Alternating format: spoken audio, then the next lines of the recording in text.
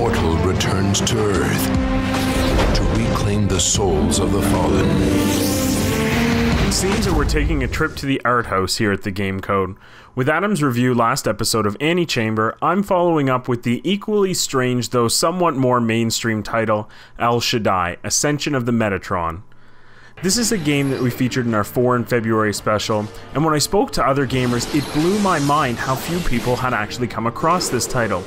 Admittedly, it's not the most approachable game on the market, and truth be told, there are a lot of people that have played this game and have had nothing but bad things to say about it.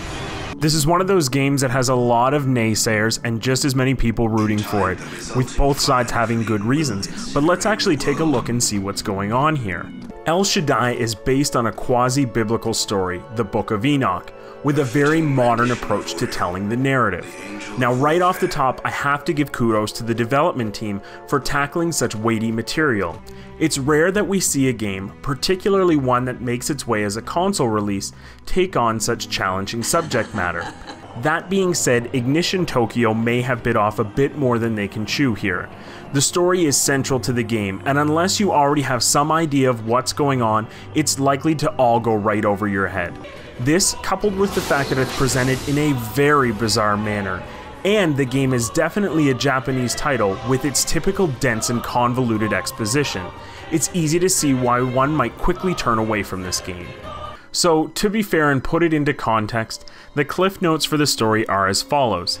7 angels have created their own small utopia on Earth where they reign supreme and use mankind to justify whatever ends they please. This has made God furious, and he threatens to cast down a second great flood, think Noah but no one gets a boat this time, to rid the world of these problem causers and start anew. However, God decided to send Enoch down to Earth to bring these fallen angels back to heaven. Now, Enoch is a bit of a strange choice, as his day job is the scribe to the gods, kind of like the librarian of heaven. And so you jump into the shoes of Enoch and head down to Earth to bring back these 7 angels. What complicates this is in the way the story is told, and the game puts a very modern spin on all the characters. The fallen angels have some sort of weird armor with Masonic eyes. Enoch looks like a dude in jeans with an angelic shirt that breaks apart, and is followed around by Lucifer, a suit-wearing archangel who talks to God on a cell phone to let him know how Enoch is doing. This is called an umbrella. One of humanity's shards of wisdom. If the story wasn't crazy enough, you've probably noticed that the visuals that have been going on throughout the start of this review are also fairly offbeat. And yes, I can assure you that they are all indeed from the same game. El Shaddai's gameplay and graphics almost seamlessly flip between a 2D and 3D platformer, a button-mashing combat game, and even at one point a racing segment through the city. It's here that really makes or breaks the game for people. It's very ambitious gameplay. However, as a whole, I think that Ignition Tokyo really pulled it all together in one package. The game creates a variety of experiences, both through the different styles of play and by the dramatic changes in art styles that occur within the blink of an eye as you traverse the world. One common ground that I think the proponents and critics of El Shaddai can agree on is that this game is a delight to the eyes. The game weaves through more art styles in an hour than most storied franchises do in their entire existence. Half of the enjoyment I found in this game is just seeing what comes next. And while some visuals, most notably the cutscenes, do fall flat, from a purely aesthetic frame of mind, this might be the most gorgeous game ever.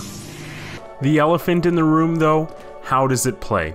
Well, the hard part about answering this question is, what part of the game do you mean? As mentioned before, there are many different playstyles within this unique title that make it hard to be concise.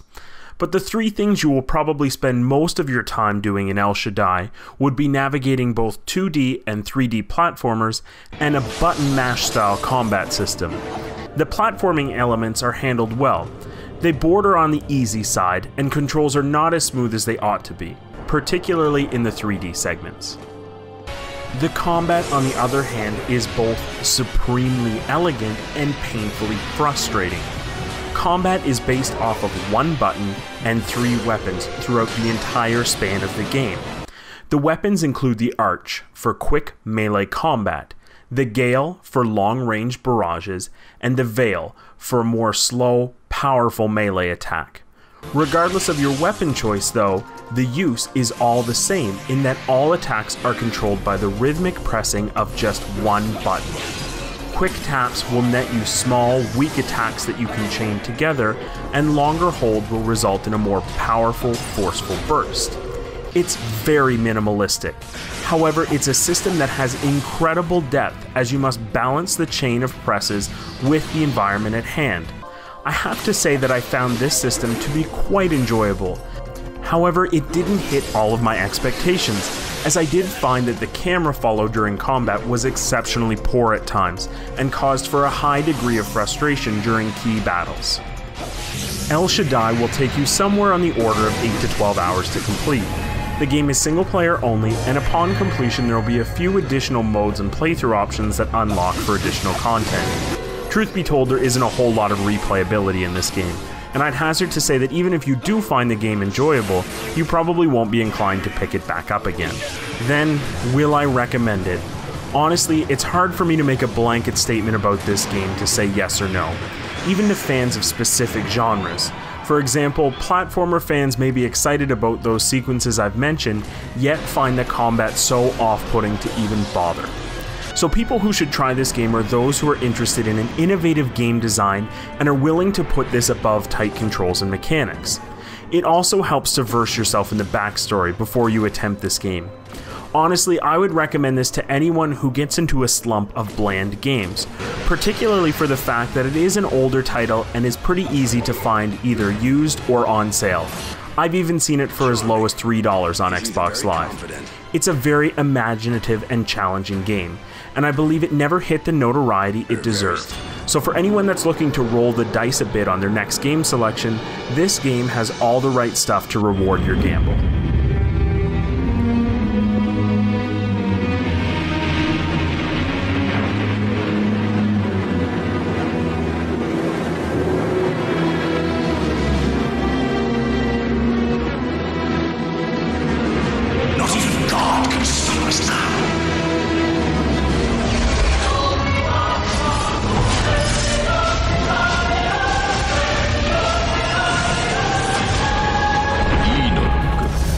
And we're all out of time. A special thanks to everyone at the Gaming Edge, as well as John Painter and Blake Seymour. As always, thanks to Adam Perry for letting us hang out at the last game store. We'll see you next time. There was starting like on a level demo. And I've never played Wind Waker ever. I don't know any of the mechanics of the game at all. So here I am in the middle of a boss fight, like trying to figure out what to do. And I'm just like, I was so pissed.